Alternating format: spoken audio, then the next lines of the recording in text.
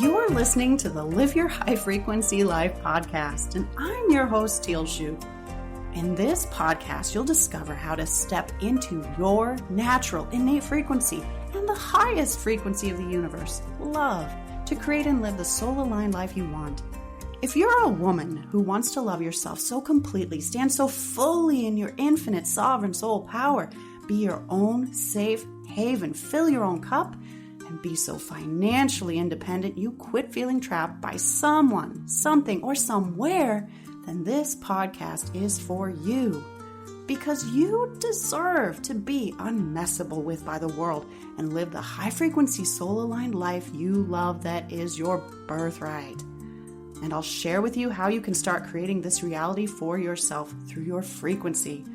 But raising your frequency isn't about doing more. It's really about untangling yourself from the programming of the world, choosing love over fear, and living as your soul with your identity rooted in love. And when you embody this, your frequency automatically rises. You radiate the high frequency you that you were born as, and you start changing your life. I'm glad you're here. Hey, welcome. I'm so glad you're here. Welcome to this episode called Are You a Chosen One? Now, I got into this because recently I replied to a post where another, I guess I would say more like spiritual coach as well, was asking about, hey, do the terms starseed and chosen one and terms like that resonate with you? And I said, honestly, no, they don't resonate with me. I choose to not use those terms, or terms like indigo child or rainbow baby, or some of these other terms maybe you've heard about that people like to apply to themselves to, maybe define their gifts or define who they are spiritually, or maybe where they've come from. Maybe they're defining themselves as another being from another planet, or starseed, like, child of another star system, another being from a star system, all of these things, right? And okay, no shade on that at all, not at all. But you know what? I just don't get into using the terminology. If it resonates with you, great, but if not, but here's the thing. This is why I don't get into it. And this is where you're going to get your takeaways too, to shift your perception about, if you are choosing those identities and terms and applying them to yourself, what might that mean? And is there a more powerful place you can actually go instead of those terms, where then you are stepping even more into your personal power and soul alignment and personal knowing? So take a listen here, okay? Going to work through this. Chosen one. Let's start with that term. That term in the post was the first one that just like boop, got my little antennas right up. Chosen one. How do you feel when someone says, hey, you're a chosen one? Now, if you're like most, even when you're on the spiritual path and maybe you've done some inner work, ooh, I'm a chosen one. Does that feel good? Does that feel more powerful? Does that then feel like you're a chosen one and then that means somebody else is not a chosen one? If you're like most, the answer is yes. That there is then difference, there is separateness, that you are one thing and somebody else is something else. That maybe you are a chosen one, so you are different from the masses, the rest of humanity, those that maybe haven't been chosen. Whatever it even means to be a chosen one, which, is subject to many interpretations across the spiritual community. But let's go here. Where people don't work from and where the masses then and the spiritual community does not then get the understanding is that the word chosen one, the term chosen one, is a misnomer. It actually makes no sense. Why? Because we are all chosen ones, right? I don't use the term like it's just so lacking in truth. that we are different from each other? No, we are all the same. We're all chosen ones, right? We are all chosen, air quote, chosen, if you even want to use that word, by our souls to come here in conjunction and in agreement with the universe, in our soul agreement, to come here in this incarnation, in this time, in this human form, to learn our lessons and our blessings and grow and evolve and move ever closer into alignment with our soul, ever more into the love frequency of the universe in perfect harmony, to serve and be in growth and evolution. And we're all here chosen, if again you want to even use that word, to be here in this moment now. So we're all chosen ones, and we all have our gifts. We all have the things that we are bringing to this moment in space. So there's no difference between all of us. Where the difference comes in is who is choosing to be aware in this moment. Who is choosing to be aware of their growth and evolution? Who is choosing to be aware that they are the spiritual, amazing, infinite, divine, cosmic being on this journey and growing and evolving to be more conscious, to be more, air quote, awake? It's just a matter of degrees of who is choosing and allowing themselves to be aware to the universe's wisdom and their soul's wisdom versus staying here in just ego and the 3D-ness of the world and the programming of the world, which then blocks out all of this beautiful amazingness of the universe and infinite wisdom and infinite power around us. So, chosen one, yeah, not so much. Where this really gets to with the term chosen ones, as well as these other terms that were coming up like starseed and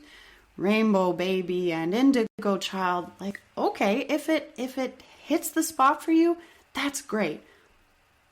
But where most use these terms is in a way that creates separateness. What is the intention behind the person who is using the term? What is the intention behind you calling yourself that term? Right? Humans love to give meaning to everything, right? Everything in our language, all of our thoughts, all of it. Yes, we are meaning-making machines. And so, yes, we place meanings with these terms to put it then into context to help us understand, right, what we're experiencing in our human existence, right? So think about when someone says, yeah, you're an indigo child, or you're a rainbow baby, you're a starseed, or whatever else they come up with. Is it simply giving information, whether that information is actually correct for you or not, or whether the term is actually valid or not? Is it truth or not? Not getting into that. Only you and your soul's wisdom have the personal power and karma to see what is actually true for you. Are you from another solar system, another star, all of those things? But what is the intention behind people using these terms? Yeah, okay, maybe it's about information. Humans are very curious by nature. We're always wanting to know more about ourselves, and that curiosity to say, like, how do I define myself? What does this mean for me? Who am I, right? So there's that natural curiosity to always use more and help understand ourselves. But where most people go when they're using these terms is then saying, okay, well, I am a starseed, and that means other people then aren't starseeds. I am an indigo baby, and that means then other people are not indigo babies or indigo child or rainbow baby or these other terms. And again, this is then setting up me and them, separateness, difference. The deal is, there is no difference. There is no separateness. We are one in the universe. There is no separateness or difference in the universe. We are all one in the universe. One energy, one creation altogether, right? So anything that is different, separate, or creating a feeling of difference or separateness or them versus me or other or you is an illusion. This is a man-made illusion, invented illusion. Again, as I've said, to give meaning and context to our lives, but just the same, it has created comparison, just created a separation, just created a difference, a distinction. And that is an illusion. And all illusion comes from fear, right? All illusion comes from fear, and everything that is an illusion is not creation of the pure love of this universe. So if you're getting into these terms, be mindful of why you're getting into them. What are you doing with the information? How are you feeling or thinking about that term in relation to yourself?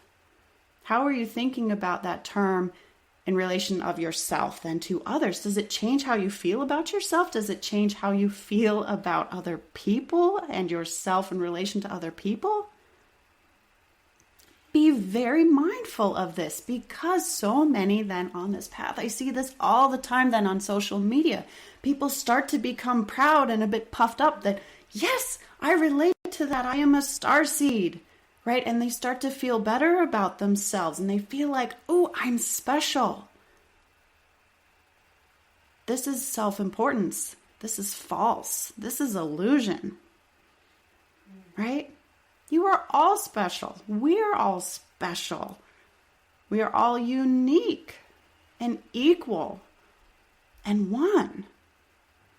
So if these terms are making you feel better about yourself, or like you're a little better or farther along in your spiritual growth, or a little better, more conscious, more aware, and that's a better thing than somebody who is not yet as aware and as conscious, if it is setting up judgment, if it's setting up comparison, you're getting into the illusion. And this is then the term is not serving you. You've brought it into your identity, and now it is not serving you because it's put you into the illusion. It's put you into comparison and better or worse, or either or. And all of that is just false in the universe. And that leads to suffering, right? Look at all of the universe. Where is suffering present? When people get into comparison, where there is a superiority or a less than, right? More than or a lack, right? All of these either or, better or worse, good or bad situations that people then place themselves into, self-importance, self-righteousness, right? In any way, form different or better than someone else, is where then so much of the world's suffering comes from. And of course, all of that is fear-based, right? Because we want to feel good about ourselves. And so we step into, the sense of, yes, I am better than someone else, because this is then another protective mechanism for myself to survive and keep myself safe. And it's all fear-based. So look at that. What is this terminology then creating? And I'm not saying that this is happening in every instance in the spiritual and conscious community, but I'm just shining a light that, hey, this is what I see more often than not. And I'll tell you the thing. I work and I'm blessed to work with some incredible, incredible souls. Some beautiful, beautiful humans.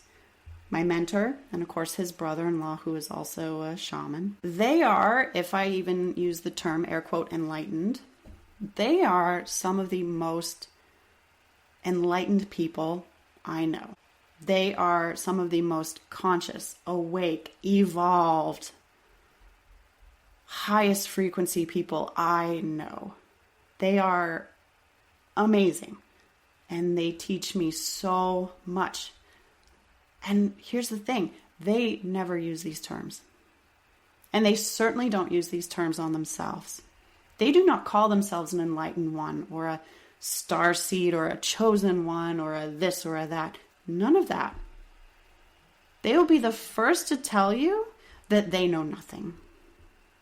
They will be the first to tell you that none of that resonates with them. They will be the first to tell you that none of that applies.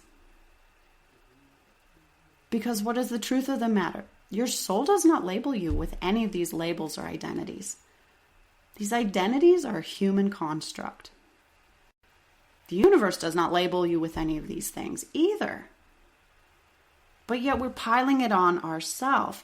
And the more you label yourself, the more you step into identity, is the more you define yourself, and the more definition you have, the more you are in a box. And when you are in a box, you are bounded. Yet you are a pure, limitless, infinite potential, unbounded, infinite, eternal, cosmic, divine cosmic being and beautiful soul. So why put the identities? Why put the labels on yourself? What do you gain from that? Are you getting a benefit from that somehow? Is the supposed clarity you get by being a starseed and taking on that definition and applying it to yourself? Is that a benefit to you, really? Can you go through this existence without that? Would you be better off? This is the question to ask. And if I back up just a second, talk about my mentors and also shaman, there is infinite knowledge and wisdom and energy, infinite everything in the universe.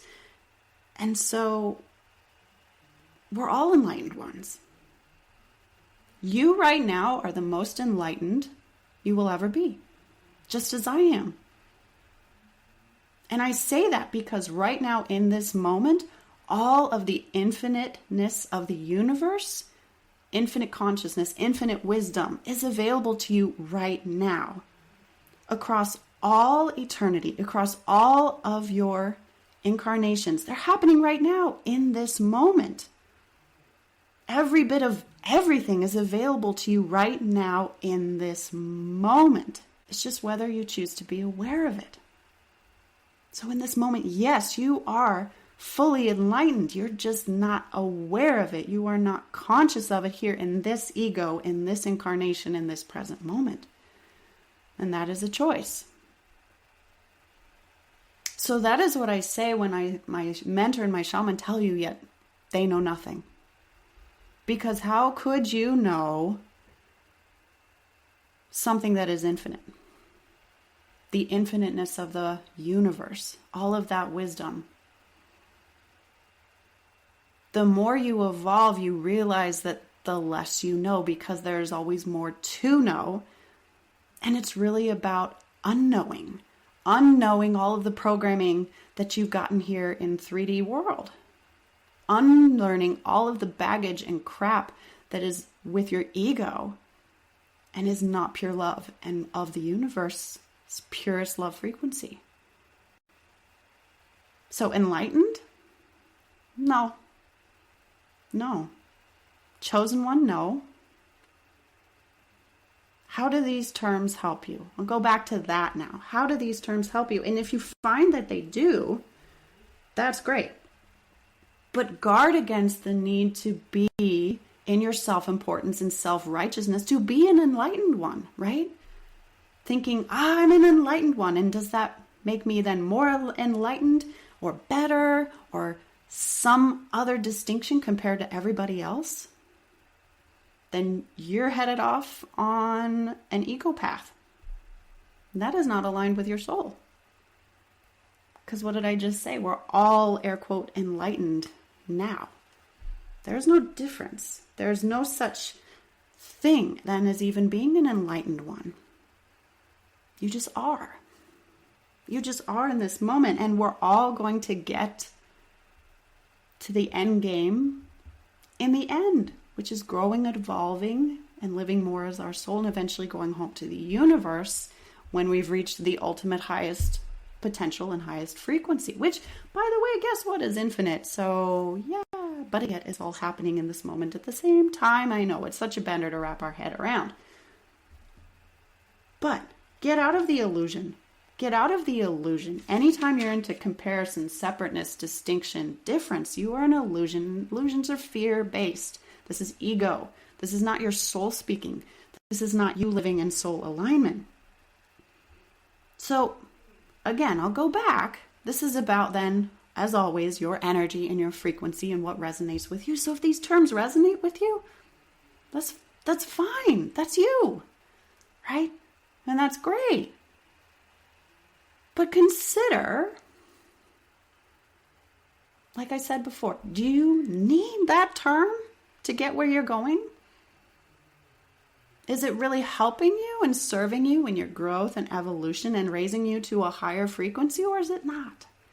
Is it limiting you because yet it is another label and another identity that may or may not actually be true for you in the eyes of your soul and the universe? It's a self-deception from your ego that you are a starseed or something else. Maybe, maybe not. Again, I don't have the personal power to see your karma, right?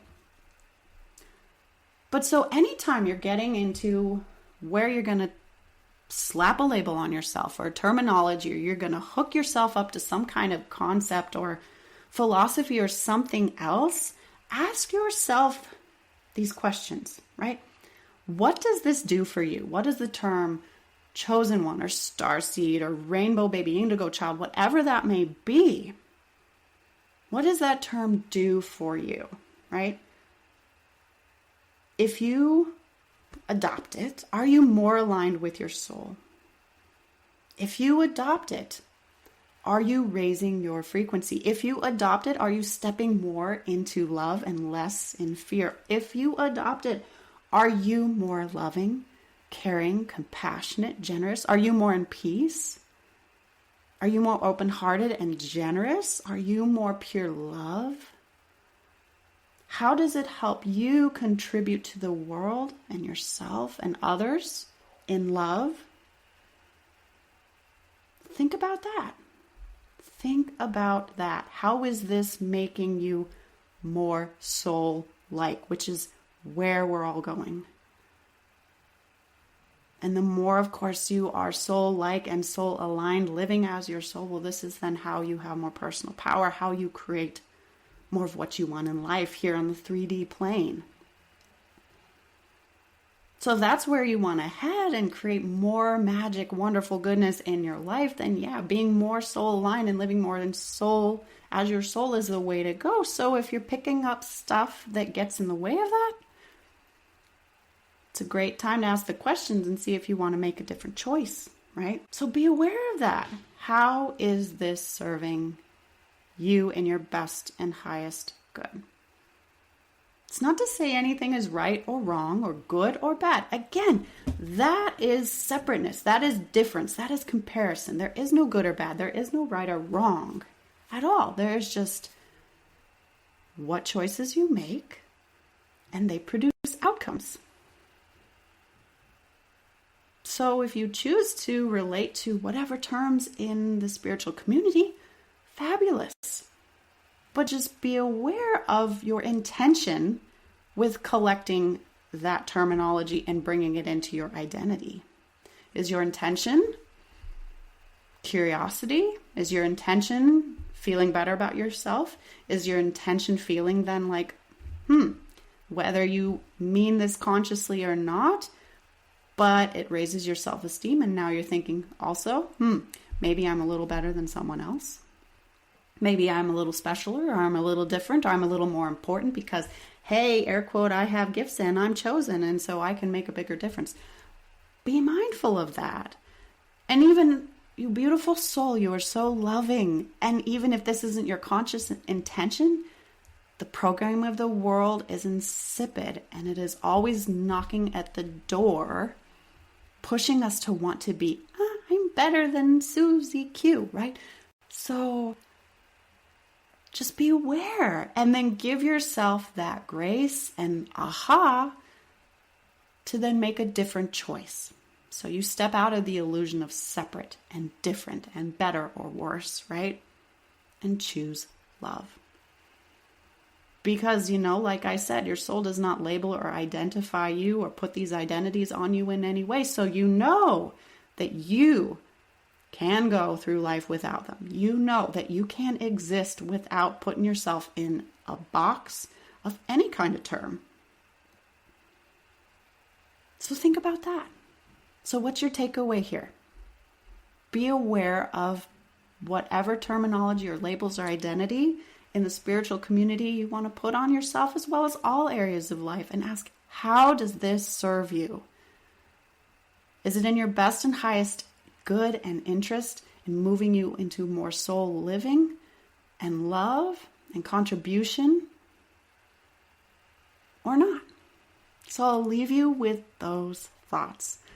All right, beautiful souls, thank you so much for being here. Make it a fabulous day. As always, I ask, how and what are you choosing to love more today, to be more loved today? And remember, love is always the answer. Okay, thanks for being here, and I'll see you next time. Thank you for being here and listening to this entire episode. If you're the kind of woman that likes to help others, then please share this with your friends, family, and circle. Because if you found value, they will too. And if you'd like even more high frequency and life-changing content, please connect with me on Instagram and Threads at Tealshoop Coaching. Now, one last thing, I do have a personal request. I'm here to help make this world a better place for you and for all. So if you would, please leave a candid 5-star review on your favorite podcast app.